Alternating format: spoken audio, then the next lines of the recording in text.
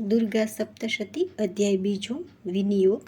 ઓમ મધ્યમ ચરિત્રના વિષ્ણુ ઋષિ છે, મહાલક્ષ્મી દેવતા છે, ઉષ્ણિક છંદ છે, શાકંભરી શક્તિ છે, દુર્ગા બીજ છે, વાયુ તત્વ છે અને યજુર્વેદ સ્વરૂપ છે.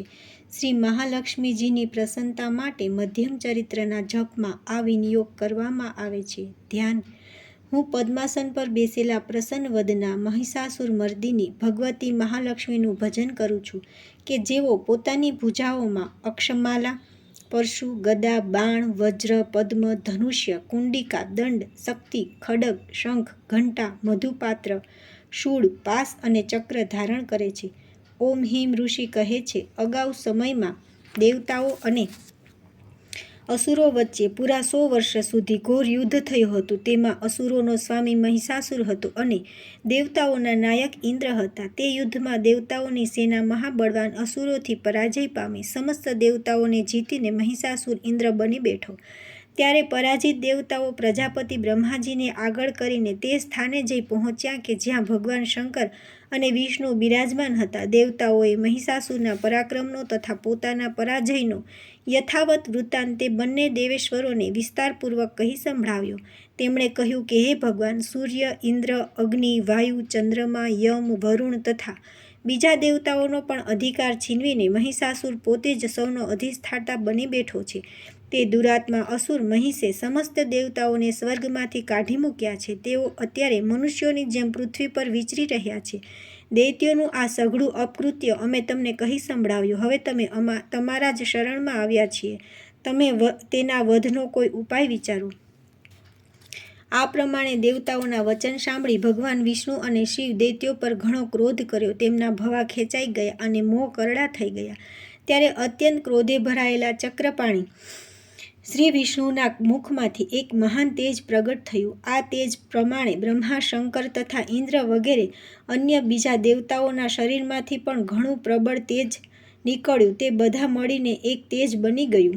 મહાન તેજનો તે પુંજ જાજવલ્યમાન પર્વત જેવો હતો. દેવતાઓએ જોયું કે ત્યાં તેની જ્વાળાઓ સમસ્ત દિશાઓમાં વ્યાપી વળતી હતી. સમસ્ત દેવતાઓના શરીરમાંથી પ્રગટેલું તે તેજ અતુલનીય હતું. એકત્રિત થવાથી તે તેજ એક સ્ત્રી રૂપમાં પરિણમ્યું અને તે પોતાના પ્રકાશથી ત્રણેય લોકમાં વ્યાપી વળ્યું. ભગવાન શંકરનું તે તેજ હતું. તેનાથી તે દેવીનું મુખ પ્રગટ્યું. યમરાજના તેજથી તેના માથે વાળ ઉગી નીકળ્યા. વિષ્ણુ ભગવાનના તેજથી તેની ભુજાઓ ઉત્પન્ન થઈ. ચંદ્રમાના તેજથી તે બંનેના સ્તનો અને ઇન્દ્રના તેજથી મધ્યભાગ કમરનો પ્રાદુર્ભાવ થયો. વરુણના તેજથી જંઘાઓ અને તથા પિંડીઓ અને પૃથ્વીના તેજથી નિતંભાગ પ્રગટ થયો. બ્રહ્માના તેજથી 2 પગ અને સૂર્યના તેજથી તેમની આંગળીઓ બની. વસ્તુઓના તેજથી હાથોની આંગળીઓ અને કુબેરના તેજથી નાક પ્રગટ થયું. પ્રજાપતિના તેજથી તે દેવીના દાંત અને અગ્નિના તેજથી 3 આંખો પ્રગટ થઈ. સંધ્યાના તેજથી તેમના ભવા અને વાયુના તેજથી કાન ઉત્પન્ન થયા. આ જ પ્રમાણે અન્ય બીજા દેવતાઓના તેજથી તે કલ્યાણમયી દેવીના અંગનો પ્રાદુર્ભાવ થયો. ત્યારબાદ સમસ્ત દેવતાઓના તેજપુંજથી પ્રગટેલા તે દેવીને જોઈ મહિષાસુરથી ત્રસ્ત બનેલા દેવતાઓ ઘણા પ્રસન્ન થયા. પિનાકધારી ભગવાન શંકરે પોતાના શૂળમાંથી એક શૂળ કાઢીને તેમને આપ્યું. પછી ભગવાન વિષ્ણુએ પણ પોતાના ચક્રમાંથી એક ચક્ર ઉત્પન્ન કરી ભગવતીને અર્પણ કર્યું. વરુણે પણ શંખ આપ્યો. અગ્નિએ તેમને શક્તિ આપી અને વાયુએ ધનુષ્ય તથા બાણ ભરેલા 2 ભાથા આપ્યા. સહસ્ત્ર આંખોવાળા દેવરાજ ઇન્દ્રે પોતાના વજ્રમાંથી વજ્ર ઉત્પન્ન કરીને આપ્યું અને ઐરાવત હાથી ઉપરથી ઉતારીને એક ઘંટ પણ આપ્યો. યમરાજે કાળદંડમાંથી પ્રગટ કરેલો દંડ, વરુણે પાશ, પ્રજાપતિએ સ્ફટિકમાળા અને બ્રહ્માજીએ કમંડળ આપ્યું. સૂર્યે પોતાના કિરણોનું તેજ દેવીના સમસ્ત રોમકૂપોમાં ભરી દીધું. કાળે તેમને ચમકતી ઢાલ અને તલવાર આપી. ક્ષીર સમુદ્રે ઉજ્જવળ હાર તથા ક્યારેય જીર્ણ નહીં થનારા 2 દિવ્ય વસ્ત્રો આપ્યા. અને એ સાથે જ તેમણે દિવ્ય ચૂડામણી, 2 કુંડળ, કડા, ઉજ્જવળ અર્ધચંદ્ર, બધા બાહુઓ માટે કેયુર, 2 પગ માટે નિર્મળ નૂપુર, ગળાની સુંદર હાંસળી અને બધી આંગળીઓમાં પહેરવા માટે રત્નોની બનેલી વીંટી પણ આપી. વિશ્વકર્માએ તેમને અત્યંત નિર્મળ પરશુ આપ્યું. એ સાથે જ અનેક પ્રકારના અસ્ત્રો તથા અભેદ્ય કવચ આપ્યા. આ ઉપરાંત માથા અને વક્ષસ્થળ પર પહેરવા માટે ક્યારેય નહીં કરમાતા કમળોની માળાઓ આપી. જલધિએ તેમને સુંદર કમળ પુષ્પ આપ્યું. હિમાલયે સવારી માટે સિંહ અને જાત જાતના રત્નો આપ્યા. ધનાધિપતિ કુબેરે મધ ભરેલું પાનપાત્ર આપ્યું અને સમસ્ત નાગોના રાજા શેષ કે જેઓ આ પૃથ્વીને ધારણ કરે છે તેમણે બહુમૂલ્ય મણિઓથી શોભતો નાગહાર આપ્યું. આ જ પ્રમાણે અન્ય દેવતાઓએ પણ આભૂષણો અને અસ્ત્રોશસ્ત્રો આપીને દેવીનું સન્માન કર્યું. ત્યારબાદ તેમણે વારંવાર અટ્ટહાસ્ય કરતા મોટા અવાજે ગર્જના કરી. તેમના ભયંકર અવાજથી સઘળું આકાશ ગુંજી ઉઠ્યું. દેવીએ અત્યંત મોટા અવાજે કરેલી તે સિંહ ગર્જના ક્યાંય સમાઈ શકી નહીં. તેની આગળ આકાશ નાનું લાગવા માંડ્યું. તેનો અત્યંત પ્રબળ પ્રતિધ્વનિ પડઘો પડ્યો, જેનાથી સમગ્ર વિશ્વમાં હલચલ મચી ગઈ અને સમુદ્રો કંપી ઉઠ્યા. પૃથ્વી ડોલવા લાગી અને બધા પર્વતો હાલવા લાગ્યા. તે સમયે દેવતાઓએ અત્યંત પ્રસન્નતાપૂર્વક સિંહવાહિની દેવી ભવાનીને કહ્યું કે દેવી તમારો જય થાવ. એ સાથે જ મહર્ષિઓએ વિનમ્ર થઈ ભક્તિભાવપૂર્વક તેમની સ્તુતિ કરી. ત્યારે સમસ્ત ત્રણેય લોકોને ખળભળી ઉઠેલા જોઈ દૈત્યો પોતાની સમસ્ત સેનાને કવચ વગેરે સુસજ્જ કરીને હાથોમાં હથિયાર લઈ એકાએક ઊભા થઈ ગયા. તે સમયે મહિષાસુર અત્યંત ક્રોધિત થઈને બોલ્યો, આ શું થઈ રહ્યું છે? પછી સમસ્ત અસુરોથી ઘેરાયેલો તે સિંહ ગર્જનાને લક્ષ્ય કરીને ધસ્યો અને આગળ જઈ પહોંચીને તેણે તે દેવીને જોયા કે જેઓ પોતાના તેજથી ત્રણેય લોકને અજવાળી રહ્યા હતા. તેમના ચરણોમાં ભારથી પૃથ્વી દબાઈ જઈ રહી હતી. માથા પરના મુગુટથી આકાશમાં તેજ રેખા અંકાઈ રહી હતી અને તેઓ પોતાના ધનુષ્યના ટંકરાવથી સાતે પાતાળોને ખળભળાવી રહ્યા હતા. તે દેવી પોતાની હજારો ભુજાઓથી સમસ્ત દિશાઓને ઢાંકી દેતા ઊભા હતા. ત્યારબાદ તેમની સાથે દૈત્યોએ યુદ્ધ આરંભી દીધું. અનેક પ્રકારના અસ્ત્રોશસ્ત્રોના પ્રહારોથી સઘળી દિશાઓ દેદીપ્યમાન થઈ રહી. ચિક્ષુર નામનો મહાન અસુર મહિષાસુરનો સેનાપતિ હતો. તે દેવી સાથે યુદ્ધ કરવા લાગ્યો. ચામર પણ અન્ય દૈત્યોની ચતુરંગી સેનાને સાથે લઈ યુદ્ધ કરી રહ્યો હતો. ઉદગ્ર નામના મહાદૈત્યે 60,000 રથારૂઢ આરુસોરો સાથે આવીને ઘમાસાણ મચાવ્યું. મહાહનુ નામનો એક દૈત્ય કરોડ રથારૂઢ અસુરોના સાથમાં યુદ્ધ કરવા લાગ્યો. જેના રૂવાડા તલવાર જેવા તીક્ષ્ણ હતા. તે અસિલોમાં નામનો મહાદૈત્ય 5 કરોડ રથારૂઢ સૈનિકો સહિત યુદ્ધમાં જોડાયો. 60 લાખ રથારૂઢ અસુરોથી ઘેરાયો બાસ્કલ નામનો દૈત્ય પણ તે યુદ્ધ ભૂમિમાં લડવા લાગ્યો. પરિવાર્તિત નામનો દૈત્ય હાથી સવારો અને ઘોડે સવારોની અનેક ટુકડીઓ તેમજ 1 કરોડ રથારૂઢ અસુરોની સેના સાથે લઈને યુદ્ધ કરવા લાગ્યો. 5 અરબ રથારૂઢ અસુરોથી ઘેરાયેલો બિડાલ નામનો દૈત્ય યુદ્ધ કરવા લાગ્યો. આ સિવાય બીજા પણ હજારો મહાદૈત્યો રથો, હાથીઓ અને ઘોડાઓવાળી સેનાને સાથે લઈ ત્યાં દેવી સામે યુદ્ધ કરવા લાગ્યા.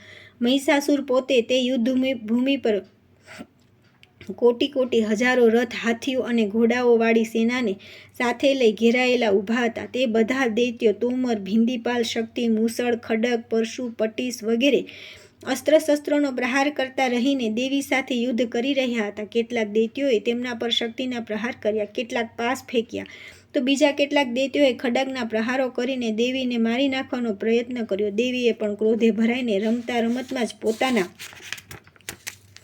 અસ્ત્રોશસ્ત્રોની વૃષ્ટિ કરીને તે દૈત્યોના તે સમસ્ત અસ્ત્રોશસ્ત્રો કાપી નાખ્યા. તેમના મુખ પર પરિશ્રમ કે થાકનું લેશ માત્ર પણ નામ નિશાન નહોતું. દેવતાઓ અને ઋષિઓ તેમની સ્તુતિ કરી રહ્યા હતા અને તે ભગવતી પરમેશ્વરી દૈત્યના શરીરો પર અસ્ત્રશસ્ત્રની ઝડી વર્ષાવી રહ્યા હતા. દેવીનું વાહન સિંહ પણ ક્રોધે ભરાઈ પોતાની કેશવાળી ઝુલાવતા અસુરોની સેના વચ્ચે આવી રીતે વિચરતા હતા કે જાણે જંગલોમાં દાવાનળ ફેલાઈ રહ્યો હોય. યુદ્ધભૂમિમાં દૈત્યો સાથે યુદ્ધ કરતા દેવી અંબિકાએ જેટલો નિશ્વાસ છોડ્યો તે બધા જ તત્કાળ સેંકડો હજારો ગુણો રૂપે પ્રગટ થઈ ગયા અને તેઓ પરશુ, ભિંદીપાલ, ખડગ, પટીશ વગેરે આયુધો વડે અસુરોનો સામનો કરવા લાગ્યા. દેવીની શક્તિથી વૃદ્ધિ પામેલ તે ગણો અસુરોનો નાશ કરતા નગારા, શંખ વગેરે વાદ્યો વગાડવા લાગ્યા. તે સંગ્રામરૂપી મહોત્સવમાં કેટલાક ગણો મૃદંગ વગાડી રહ્યા હતા. ત્યારબાદ દેવીએ ત્રિશૂલ, ગદા અને શક્તિની વર્ષા કરીને તથા ખડગ વગેરે આયુધોથી સેંકડો મહાદૈત્યોનો સંહાર કરી નાખ્યો. કેટલાકને ભયંકર ઘંટનાદથી મૂર્છિત કરીને મારી નાખ્યા. ઘણા બધા દૈત્યોને પાસથી બાંધીને ધરતી પર ઘસેડ્યા. કેટલાક દૈત્યો તેમની તીક્ષ્ણ તલવારના પ્રહારથી બબે ટુકડા થઈ ગયા. કેટલાએ ગદા પ્રહારથી ઘાયલ થઈ ધરતી પર સૂઈ ગયા. કેટલાએ મૂસળના પ્રહારથી અત્યંત ઘાયલ થઈ લોહી ઓકવા લાગ્યા. કેટલાક દૈત્યો શૂળથી છાતી ફાટી જવાના કારણે ધરતી પર ઢગલો થઈને પડ્યા. તે રણભૂમિમાં બાણોના સમૂહથી વર્ષાની કેટલાય અસુરોની કમરો તૂટી ગઈ. બાજ પક્ષીની જેમ ઝપટ મારનારા દેવીને ત્રાસ આપતા દૈત્યો પોતાના પ્રાણ છોડવા લાગ્યા.